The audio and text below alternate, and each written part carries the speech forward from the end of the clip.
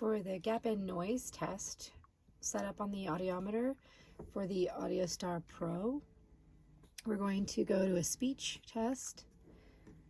I like to have it set up as a word recognition test. I just do that as a default for all of my APD tests.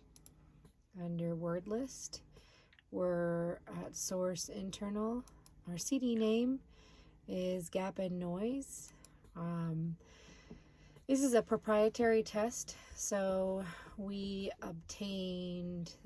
ordered the test, provided the GSI with certificate of ownership, and then we obtained the files for our GSI. We're able to upload them into the audiometer, so they're in our audiometer. And then we've got the practice as our word list. We're going to hit save. This is a monaural test, so we're going to set our channel to 55 dB HL, and channel 2 we're going to set to -10. And then for our channel 1 we want internal A, and we're going to use inserts and the right ear.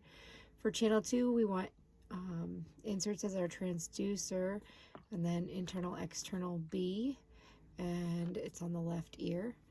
To start the test, let's give the patient some instructions. So we would say you are going to hear a man's voice. He's going to say 1, and then you're going to hear some static sound. It'll sound like shh, and in that static sound you're going to hear a gap, a break, a blip, or disruptance in that noise.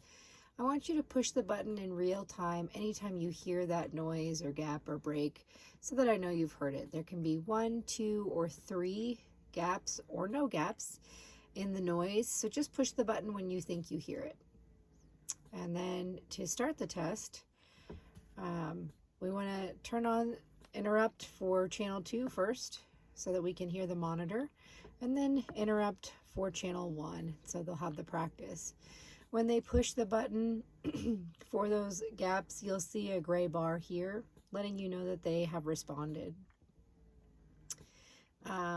If you are having trouble hearing the little beep for the interrupt over here, you can adjust that by toggling through to channel 2 and then adjusting the knob here for the volume of that tone.